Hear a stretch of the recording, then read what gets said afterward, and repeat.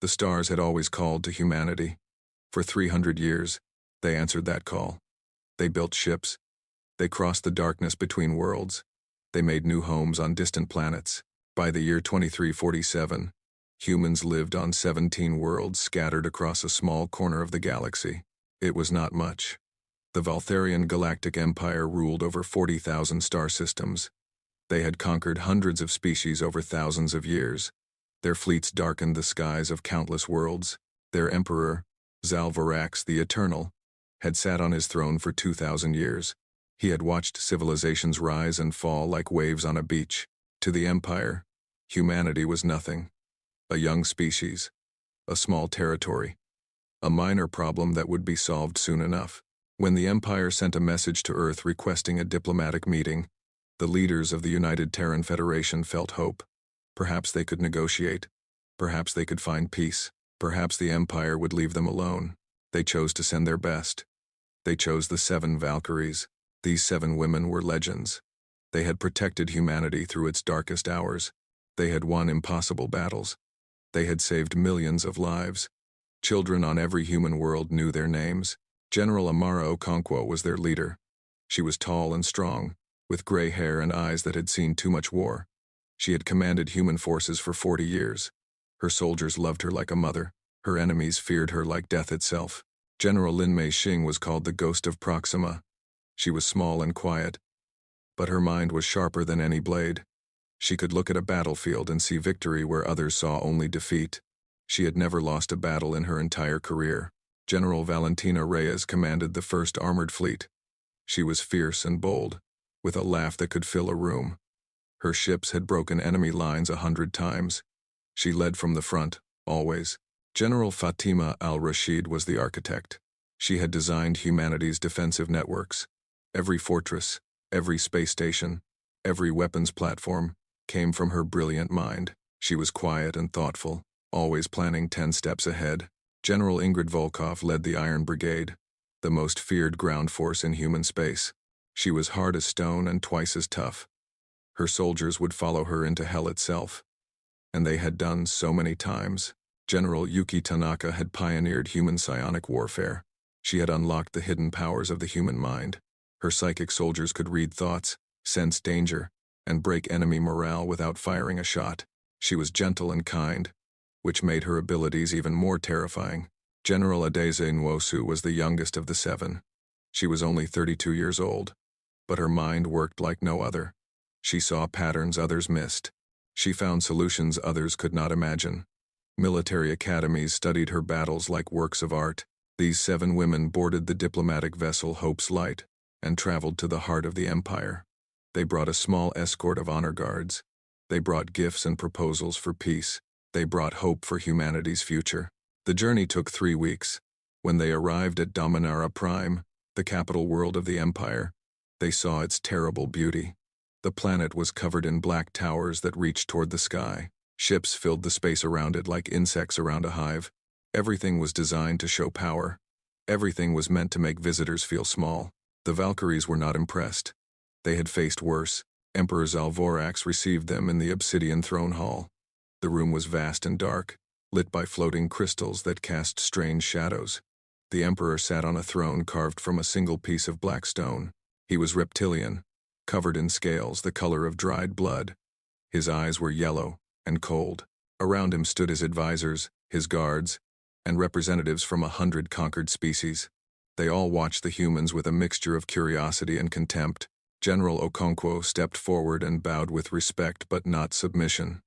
She spoke clearly and calmly. She proposed trade agreements. She offered cultural exchange. She suggested borders that both sides could respect. She asked for nothing but peace. The Emperor listened in silence.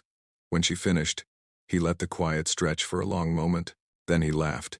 It was a terrible sound, like rocks grinding together. The aliens around him joined in, a chorus of mockery that filled the vast hall. "Peace," Zalvorax said, his voice echoing off the walls. "You speak of peace as if you have something to offer. You are insects. Your worlds are already ours. We simply have not bothered to take them yet." General Okonkwo did not flinch. "We ask only for the chance to exist alongside your empire. Humanity has no desire for war. What you desire does not matter, the Emperor replied. You will surrender your worlds. You will surrender your ships. You will surrender your people to serve the Empire. This is not a negotiation. This is your instruction. The 7 generals looked at each other. In that moment, without speaking, they made their decision together. No, General Okonkwo said simply. Humanity will not surrender. We will defend our homes. We will protect our people. If you want war, we will give you war. The hall went silent. No one had spoken to the Emperor like this in 1,000 years. Zalvorax leaned forward on his throne. His yellow eyes burned with ancient hatred. You dare refuse? You, a species that has existed for a mere moment. You refuse the eternal empire? We do, General Meishing said quietly. With respect, General Reyes added. Though her voice held no respect at all, the Emperor raised one clawed hand. Guards moved forward, surrounding the 7 women and their small escort. The humans did not resist. They had come under diplomatic protection. They believed in the laws of civilization. They were wrong to believe. Let this be a message, Zalvorax announced, his voice carrying to every corner of the hall. Let every species in my empire see what happens to those who refuse. What happened next was broadcast across 10,000 worlds. The Empire wanted everyone to see. They wanted everyone to learn. The 7 Valkyries were executed in the Obsidian Throne Hall. They died with dignity. They did not beg. They did not cry. General Okonkwo looked directly at the Emperor as she fell, and she smiled. It was the smile of someone who knew something her killer did not. Their bodies were displayed on holographic screens across the galaxy. The message was clear. Humanity had no hope. Resistance was death. Submission was the only path. The Emperor returned to his throne, satisfied. His advisors congratulated him. His admirals began planning the simple conquest of human space. They expected it would take 6 weeks, perhaps 8. The humans would be too afraid to fight. They would surrender. They always did. In the days that followed, something strange happened. Human space went silent. No transmissions. No communications. No response at all. Admiral Kethraz, commander of the 3rd Subjugation Fleet, reported to the Emperor that human civilians were weeping in the streets. Human soldiers were abandoning their posts. The psychological attack had worked perfectly. The Empire celebrated. They toasted to their victory. They laughed at the foolish humans who had dared to say no. They did not understand what they had done. They did not know that humanity's silence was not despair. In those quiet days, something was building. Something old and terrible. Something that slept in the heart of every human being, waiting for the moment it was needed. The Empire had made a mistake. They had killed 7 women who were loved by billions. They had murdered heroes. They had created martyrs. And now, in the silence, humanity was not mourning. Humanity was preparing. The galaxy would soon learn what that meant. The news reached Earth in 7 hours. Every screen on the planet showed the same terrible images. The 7 women, the throne room, the Emperor's cold yellow eyes, the moment of death. For a long minute, the world stopped. People stood frozen in the streets. Workers paused at their machines. Children stopped playing. Everyone watched. Everyone saw. Then the screens went dark. Across all 17 human worlds, silence fell like a heavy blanket. Radio towers stopped transmitting. Ships cut their communications. Satellites went quiet. From the outside, it looked like humanity had simply given up. The Valtharian Empire watched with satisfaction. Their spies reported that humans were crying. Human soldiers were leaving their bases. Human leaders were hiding. Fear had taken hold, just as planned. Admiral Kethraz sent a message to Emperor Zalvorax. The humans are broken. We can begin conquest at your command. The Emperor told him to wait. Let the fear grow deeper. Let the humans suffer in their despair. Then the conquest would be even easier. They waited. They watched. They did not understand. On Earth, in a bunker deep beneath the mountains of Switzerland, the true leaders of humanity gathered. The civilian government had stepped aside. There was no time for politics now, no time for debate, no time for anything but war.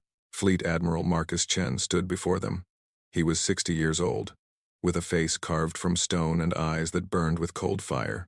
He had served under General Okonkwo for 30 years. She had been his mentor, his friend, his hero. Now, she was dead. and he would make the Empire pay for that. "We have 3 days," he said to the assembled leaders. 3 days of silence. 3 days to transform everything we are into everything we need to be. The orders went out through secure channels. Hidden cables, encrypted bursts, messengers on foot. The Empire's spies heard nothing because there was nothing to hear on the frequencies they monitored. Factories that made consumer goods shut down. When they opened again hours later, they produced weapons. Shipyards that built cargo vessels began building warships. Mining operations increased their output by 300%. Scientists abandoned their peaceful research and turned their minds to destruction. The military changed too. Retired veterans received calls in the middle of the night. Within hours, they were back in uniform. Training camps that had been half empty suddenly overflowed. Teenagers lied about their age to join. Grandparents demanded to serve. No one was turned away. But the most important changes happened in the shadows. Director Sana Okafor led Terran intelligence. She was a small woman with gray hair and a grandmother's smile. But behind that smile was a mind as sharp as a razor. For 20 years, she had been preparing for this moment. She had hoped it would never come. Now that it had, she was ready. She activated Protocol Erebus. Across 200 Valkyrian worlds, sleeper agents awakened. These were humans who had lived among the Empire for years. Some worked as servants in noble houses. Some were traders in busy markets. Some had married aliens and raised families. All of them had waited for this call. They began to work. Computer viruses that had been dormant for decades came alive. They spread through Imperial networks like disease. They copied information. They mapped weaknesses. They found the locations of fuel depots, fleet positions, and defensive systems. This information flowed back to Earth in tiny encrypted bursts. Every hour, Director Okafor knew more about the Empire than the Emperor himself. Sabotage began quietly. A power station failed on an industrial world. A shipyard's computers made small errors that would take months to discover. Supply records became confused. Communication relays developed mysterious problems. The Empire noticed none of it. They were too busy celebrating. On the morning of the 4th day, Admiral Chen stood before a camera. His uniform was crisp. His face was calm. Behind him hung 7 flags, one for each fallen general. His message was broadcast across every human world simultaneously. It was also sent into Imperial space, overriding their communication networks through backdoors that Director Okafor's people had created. Every screen in the Empire showed the same face, the same message. Admiral Chen spoke slowly and clearly. His voice was steady, without anger or fear. That made it more terrifying. "People of the Valkyrian Empire," he began. "4 days ago, you murdered 7 women. You killed them to send a message. You wanted us to be afraid. You wanted us to surrender. You wanted to show the galaxy that resistance is hopeless." He paused and looked directly into the camera. "You failed. Humanity does not surrender. We do not kneel. We do not break. You have not taught us fear. You have taught us hate, and we are excellent students." He held up a data pad and read 7 names. As he spoke each one, the image behind him changed to show that general's face. Amara Okonkwo, Lin Meishing, Valentina Reyes, Fatima Al-Rashid, Ingrid Volkov, Yuki Tanaka, Adeze Nwosu. These women were our heroes. They were our mothers and sisters and daughters. They were the best of us, and you killed them like animals for entertainment. So hear me now, Emperor Zalvorax. Hear me, all of you who serve him. Hear me, every species that lives under his claw. We are coming. We will tear down your empire. We will break your fleets. We will burn your worlds. We will not stop until your throne lies in ashes and your name is forgotten by history. You have 40,000 star systems. We have 17. You have 80,000 warships. We have 200. By every measure, you should win. But you will not. Because you fight for conquest. We fight for our dead. This is not a war you can win. This is not a war you will survive. This is judgment. And it begins now. For Amara. For Meishing. For Valentina. For Fatima. For Ingrid. For Yuki. For Adeze. For every human who will never bow. We are coming. The transmission ended. Across the Empire, there was confusion. This was not what was supposed to happen. The humans were supposed to surrender. They were supposed to be terrified. Instead, they had declared war against the largest military power in galactic history. Admiral Kethraz laughed when he heard the message. "They are insane," he told his officers. "They will be destroyed within weeks." Emperor Zalvorax did not laugh. He had seen something in Admiral Chen's eyes, something he had not seen in a very long time, something that made his ancient heart feel a strange, unfamiliar sensation. It took him a moment to recognize it. It was doubt. He pushed the feeling aside. The humans were nothing. They could not win. They would be crushed like every other species that had defied the Empire. But as he returned to his throne, the doubt remained. A small voice in the back of his mind whispered a warning. What if you made a mistake? He ignored it. He would learn, eventually, that he should have listened. Across human space, the silence ended. Engines roared to life. Weapons systems came online. Ships lifted off from 100 worlds. Humanity was no longer mourning. Humanity was marching to war, and the galaxy would never be the same. The Valkyrian Empire had conquered 400 species over 10,000 years. Their military academies taught a simple truth. Numbers win wars. Bring enough ships, enough soldiers, enough guns, and victory is certain. By this logic, the war against humanity would be easy. The Empire had 80,000 warships. Humanity had perhaps 200. The math was simple. The outcome was obvious. The Empire's admirals gathered in their war rooms and made their plans. They divided human space into sectors. They assigned fleets to each sector. They scheduled the conquest like a routine exercise. 6 weeks to complete victory. 8 weeks at most. They did not understand human warfare. Admiral Chen had studied every war humanity had ever fought. He knew that humans had often faced superior enemies. They had won anyway. Not through strength, but through cleverness. Not through numbers, but through will. He created a strategy called the Doctrine of Seven. It had 7 parts, one named for each fallen general. Together, they would turn humanity's weakness into strength. Operation Okonkwo was about direct combat. Human ships were smaller than Imperial vessels, but they were faster. Human targeting computers were more advanced. Human pilots trained harder and thought quicker. When human and Imperial ships met in battle, the humans struck with surgical precision, destroying enemy bridges and engines before the Imperials could react. A single human cruiser could disable 3 Imperial battleships before retreating into hyperspace. The first major battle happened at the Velis Nebula. Admiral Kethraz brought 200 ships to crush a human patrol of 20 vessels. He expected an easy victory. The human ships split into pairs. They wove through the nebula's gas clouds, appearing and disappearing like ghosts. They never engaged directly. Instead, they struck at engines and weapon systems. They targeted officers through bridge windows with precision laser fire. Within 3 hours, 70 Imperial ships were crippled or destroyed. The humans lost 4. Admiral Kethraz retreated in confusion. This was not how war was supposed to work. Operation Mei Xing honored the ghost of Proxima. Small human ships, called wolf packs, hunted in the hyperspace lanes between Imperial worlds. They attacked supply convoys. They destroyed fuel transports. They vanished before reinforcements could arrive. The Empire's logistics network began to bleed. Ships ran out of fuel far from home. Armies waited for supplies that never came. Factories sat idle because raw materials could not reach them. General Mei Xing had once said that an army's stomach was more important than its sword. Her students proved her right. Operation Reyes was named for the commander of the first armored fleet. Human strike forces jumped deep into Imperial space and attacked industrial worlds. They did not try to conquer. They only destroyed. On the planet Korthax Prime, a factory complex produced 70% of the Empire's advanced missiles. It had taken 3 centuries to build.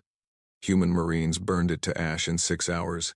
On Velis Station, the Empire's largest shipyard, human bombers destroyed the construction bays and vanished before the defense fleet could respond. The Empire was losing its ability to build and repair. Every factory destroyed was a wound that would take decades to heal. Operation Al-Rashid turned human space into a fortress. General Al-Rashid had spent her career designing defensive systems. Now her students built upon her work. Every human world was surrounded by automated weapons platforms. Minefields filled the approaches. Hidden bases watched from asteroids and moons. When Imperial fleets entered human space, They found not open worlds but death traps. The Porcupine Network, as humans called it, made every attack cost more than it gained. An Imperial admiral named Zethkar led a fleet of 500 ships against the human colony on New Sydney. He lost 100 ships to mines before reaching orbit. Another 50 fell to weapons platforms. When he finally landed troops, they found the cities empty. The humans had evacuated. Booby traps killed thousands of Imperial soldiers. Zethkar claimed victory. But his fleet was crippled, his army was broken, and the world he had conquered was worthless rubble.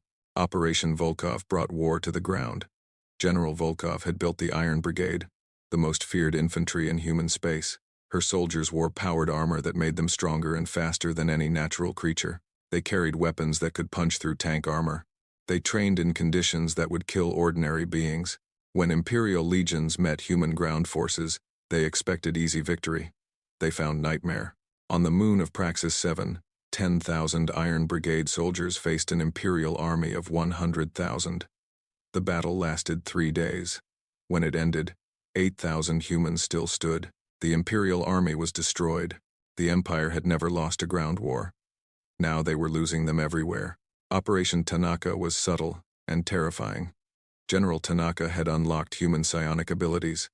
Psychics could not win battles alone, but they could change them. Human telepaths infiltrated Imperial command structures. They could not read every thought, but they could sense intentions.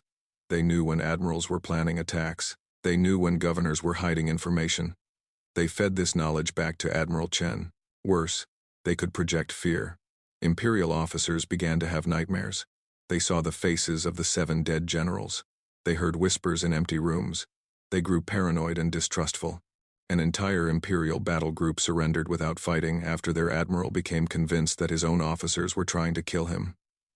He had no evidence. He simply felt it. He never knew that a human psychic on a small ship 3 light-years away had placed that fear in his mind. Operation Nuosu was the strangest of all. General Nuosu had been a genius of unconventional thinking.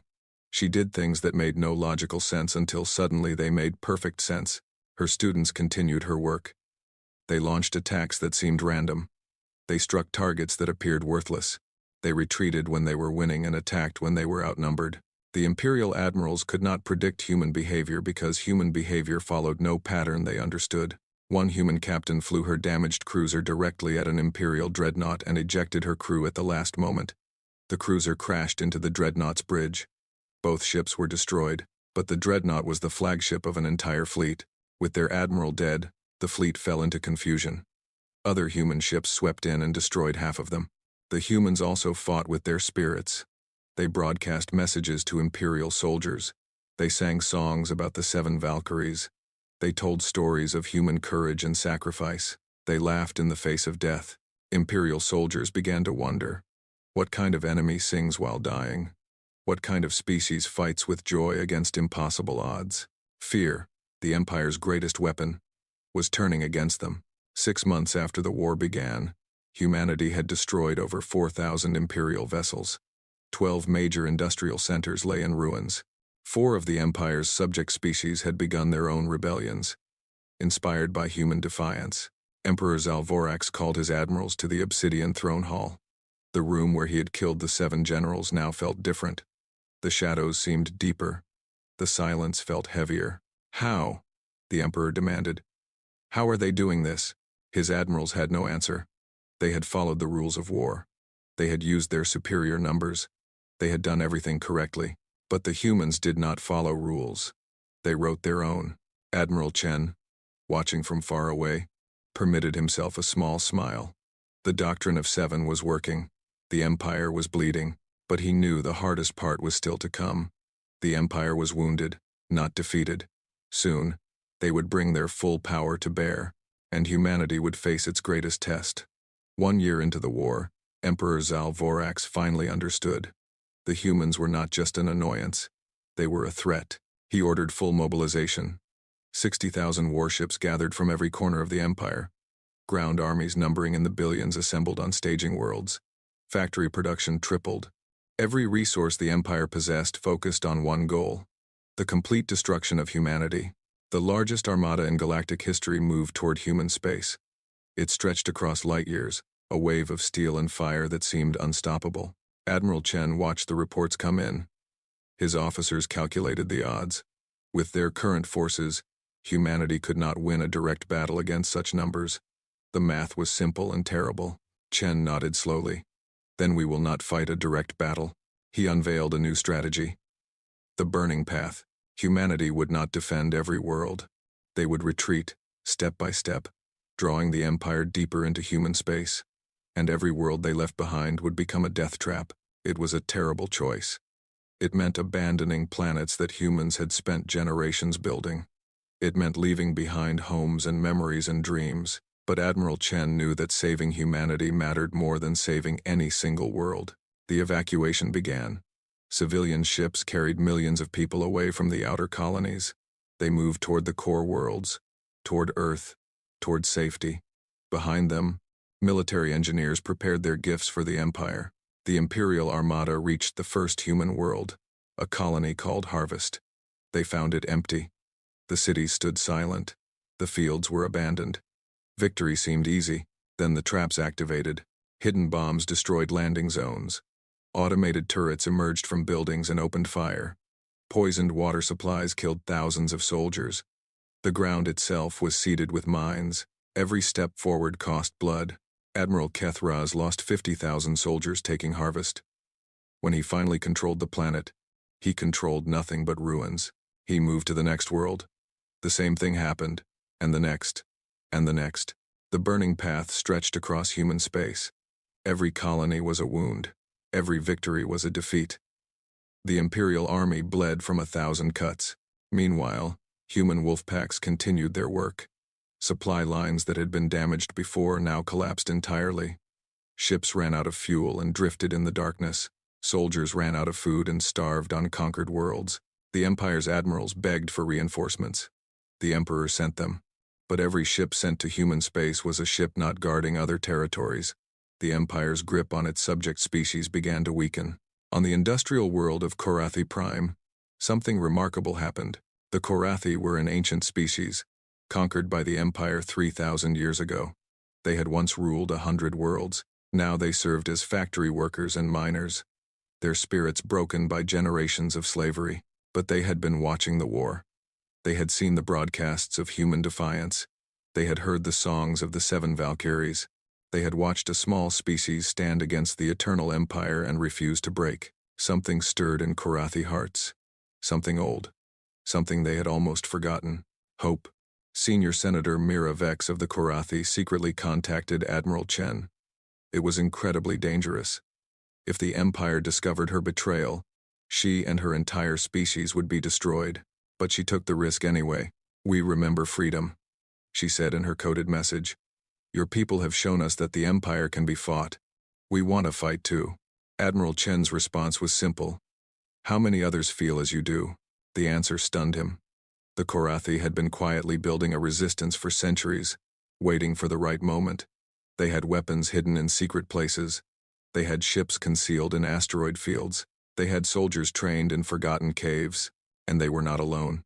The Veliks, a species of brilliant engineers, had watched their inventions stolen by the Empire for generations. They were ready to rebel.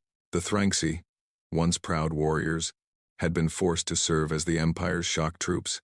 They remembered their honor. They wanted it back. The Mirani, the Kosteth, the Zilari species after species reached out to Admiral Chen. The Empire had ruled through fear. But humanity had shown that fear could be overcome. A secret alliance formed. They called themselves the Liberation Coalition. Humans, Korathi, Veliks, Thranxi, and a dozen other species working together for one goal: the end of the Empire. The coalition began its work carefully. Sabotage increased across Imperial worlds. Factory accidents became more common. Ships developed mysterious problems. Information flowed to Admiral Chen from everywhere. But the war in human space continued. The Imperial Armada pushed forward, paying in blood for every light year. Admiral Chen retreated, always staying just ahead of the enemy, always leaving more traps behind. 1 year. Then 2. The Empire had expected a 6-week war. Now they were trapped in a nightmare with no end. Emperor Zalvorax grew desperate. He had ruled for 2,000 years. He had crushed countless rebellions, but he had never faced an enemy like this. The humans would not break. They kept fighting even when they lost. They kept smiling even when they died. And now, other species were beginning to believe that maybe, just maybe, the Empire could fall. On the human core world of Nova Terra, Admiral Chen met with leaders of the Liberation Coalition. The room was filled with beings from a dozen different species, but they all shared the same fire in their eyes. The time is coming, Chen told them. The Empire is weakened, their fleets are scattered, their armies are bleeding, their subject species are ready to rise. Senator Mira Vex leaned forward. When do we strike? Soon, Chen replied. Very soon. We have prepared for 3 years. The Empire has spent 3 years exhausting itself against our defenses. Now we take the fight to them. He activated a holographic display showing the galaxy. Red dots marked Imperial forces. Blue dots marked coalition positions. We will attack here, here, and here, he said, pointing to key systems. We will cut off their reinforcements. We will isolate their fleets. And then we will march on Dominara Prime itself. The room fell silent. Dominara Prime, the heart of the Empire, the world where the 7 Valkyries had died. A Thranxi general spoke, his voice deep and rough. If we fail, the Empire will destroy us all. If we do nothing, the Empire will destroy us anyway, Chen answered. At least this way, we choose how we die. And if we succeed, he paused and looked around the room. If we succeed, we will free a galaxy. The coalition leaders looked at each other. They saw doubt in some eyes, fear in others. But stronger than doubt, stronger than fear, was determination. One by one, they agreed. The Korathi, the Velix, the Thranxi, all of them. The rebellion was ready. Admiral Chen returned to his flagship. He looked out at the stars, thinking of the 7 women who had started this. They had died for peace. Now the galaxy would be reborn in war. He hoped they would approve. The order went out to every coalition ship, every hidden base, every sleeper cell across the Empire. Prepare for Operation Liberation. The final battle was coming. 3 years after the execution of the 7 Valkyries, the galaxy erupted in fire. The signal went out from Nova Terra at midnight, local time. Every coalition ship received the same message. Operation Liberation has begun. Across the Empire, rebellions exploded into violence. On Korathi Prime, workers who had been slaves for 3,000 years rose up and seized the factories. On Velix shipyards, engineers turned their own warships against Imperial forces. The Thranxi legions, who had been forced to fight for the Empire, turned their weapons on their masters. In a single night, 200 worlds fell into chaos. But the main attack came at Dominara Prime itself. Admiral Chen led the United Liberation Fleet out of hyperspace. Human warships flew alongside Korathi dreadnoughts. Velix carriers launched fighters beside Thranxi assault ships. A dozen species, once enemies, now fought as one. Emperor Zalvorax watched from the Obsidian Palace as the Liberation Fleet appeared in his sky. His defensive fleet outnumbered the attackers 3-1. By the old rules of war, he should win easily. But the old rules no longer applied. The Imperial fleet was tired. They had spent 3 years chasing humans through endless traps.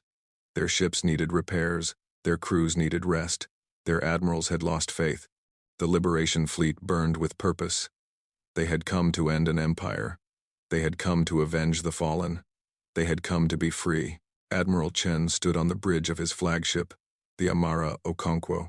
7 ships led the attack, each named for a fallen general. Each carried a flag bearing that general's face. All ships, Chen commanded. Attack. The battle for Dominara Prime was the largest in galactic history. 10,000 ships clashed in the darkness above the black towers of the capital. Energy weapons painted the sky with deadly light. Ships exploded like new stars being born and dying in moments. The Imperial fleet fought hard, but they fought without hope. Their commanders gave orders, but their hearts were not in them. One by one, Imperial ships surrendered or fled. Admiral Kethraz, who had laughed at humanity's declaration of war, tried to retreat. A wolf pack of human ships caught his flagship. They did not destroy it. They boarded it.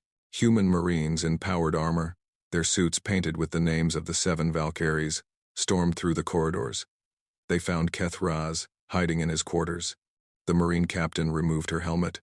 She was young, with dark skin and fierce eyes. "I am Captain Zara Okonkwo," she said, "daughter of General Amara Okonkwo.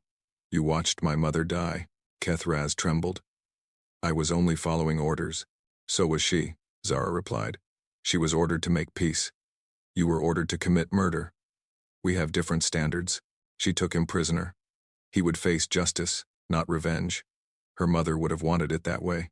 As the space battle raged, transports descended toward the surface. Human marines, Thranxi warriors, and Korathi soldiers landed on Dominara Prime. The black towers that had seemed so powerful now looked small against the fire falling from the sky. The assault on the Obsidian Palace was fierce. Imperial guards fought to the last. They had served the Emperor for generations. They did not know how to surrender, but the liberation forces pushed forward. Room by room, corridor by corridor, step by bloody step, Admiral Chen landed with the second wave. He was too old to lead a charge, but he would not stay on his ship. He had to be there at the end. He walked through halls filled with smoke and fire. Bodies lay everywhere, Imperial guards, liberation soldiers, and civilians caught in the crossfire. War was never clean. War was never kind. Finally, he reached the throne room. The great doors had been blasted open. Inside, the obsidian throne hall was filled with rubble and dust. The floating crystals that once lit the room had shattered. Shadows covered everything. On the black throne, Emperor Zalvorak sat waiting. He looked ancient now. His scales were dull. His yellow eyes were tired. 2,000 years of power had come to this moment. Around him lay the bodies of his personal guards. They had fought to the end. They had died for nothing. Admiral Chen walked toward the throne, his boots crunching on broken stone. Liberation soldiers spread through the room, their weapons ready. "It is over," Chen said simply. The Emperor laughed. It was a weak sound. Nothing like the terrible roar that had filled this room 3 years ago. "You should have surrendered when you had the chance," Zalvorak said. "Now your species will be exterminated. Every human world will burn. Every—" "No," Chen interrupted. His voice was calm, almost gentle. "You still do not understand." He stepped aside. 7 figures walked forward from the ranks of liberation soldiers. They were young, all of them. They wore the uniforms of generals, new stars shining on their collars. Chen spoke each name. General Zara Okonkwo, daughter of Amara. General Wei Mei-Xing, niece of Lin. General Isabella Reyes, daughter of Valentina. General Sarah al-Rashid, protégé of Fatima. General Katya Volkov, granddaughter of Ingrid. General Yuki Tanaka, II, daughter of Yuki. General Chidinma Nuosu, sister of Adeze. The 7 young women stood before the throne, faces hard with purpose. "You killed 7 women," Chen continued. "You thought you were destroying our leadership. You thought you were breaking our spirit. Instead, you created a legend that will never die. Every human who fought carries their memory. Every free alien in this galaxy owes them a debt. The 7 Valkyries are not gone. They have multiplied. They are in every soldier who refused to kneel. They are in every ship that burned your fleets. They are in every world that rose against you. You did not end their legacy. You made it immortal." The Emperor tried to rise. His old legs would not support him. He fell back onto his throne, helpless. General Zara Okonkwo stepped forward. In her hands, she held a data tablet containing the judgment of the Liberation Coalition. "Emperor Zalvorax, the Eternal," she announced, her voice echoing through the ruined hall. "You are charged with the murder of diplomatic envoys. You are charged with genocide against countless species. You are charged with 2,000 years of tyranny, slavery, and cruelty beyond measure. The Liberation Coalition has considered your crimes. The verdict is unanimous. You are sentenced to death." The Emperor's yellow eyes went wide. "You cannot kill me. I am eternal. I have ruled for 2,000 years. You are finished," Zara said simply. She raised her sidearm. The weapon that ended the Emperor's life was simple and quick. There was no ceremony, no spectacle, just justice, after far too long. The body of Zalvorak slumped on the obsidian throne. The empire that had lasted 10,000 years died with him. Across the galaxy, word spread. The Emperor is dead. The empire has fallen. We are free. On 100 worlds, beings who had been slaves celebrated in the streets. On 1,000 worlds, those who had lived in fear looked up at the sky and breathed the air of freedom for the first time.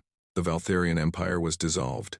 In its place, the Liberation Coalition became the Galactic Commonwealth, a union of free species, each governing their own worlds, all working together for peace. Humanity, the small species that had once controlled only 17 worlds, became a founding member. Their courage had lit a fire that burned away an empire. On Earth, in the city of Geneva, a memorial was built. 7 pillars of crystal stood in a plaza overlooking a lake. Each pillar contained a holographic image of a Valkyrie, their faces forever young, forever strong. People came from across the galaxy to see it. Humans and aliens alike stood before those pillars and remembered what 7 women had started. Admiral Chen retired after the war. He spent his final years tending a garden near the memorial, watching visitors come and go. Sometimes he would see children playing near the pillars, children who would grow up in a free galaxy because 7 women had refused to kneel. On quiet nights, he would look up at the stars and remember General Okonkwo's smile, General Mei Xing's quiet wisdom, General Reyes's fierce laughter, all of them, gone but never forgotten. The galaxy had named a constellation after them, 7 bright stars, visible from 1,000 worlds. Travelers used them to navigate the darkness between stars. The 7 stars, a reminder of sacrifice, a symbol of hope, a promise that some victories are forever. On one clear evening, as Admiral Chen sat in his garden watching the stars appear, a young girl wandered over from the memorial. "Excuse me, sir," she said politely. "Are you the Admiral Chen? The one from the war?" Chen smiled. "I am." The girl sat down beside him. "I'm doing a school project about the 7 Valkyries. Can you tell me about them?" "I can," Chen said, "but it's a long story." "That's okay," the girl replied. "I like long stories." Chen looked up at the 7 stars, bright and eternal in the night sky. "It began," he said softly, "with 7 women who believed that some things are worth dying for, and in their death, they taught the galaxy that freedom is worth fighting for." He talked until the stars wheeled overhead and the girl's eyes grew heavy with sleep. The story would be told again and again, to new generations, on new worlds, in languages not yet spoken, because some stories do not end. They become part of the stars themselves.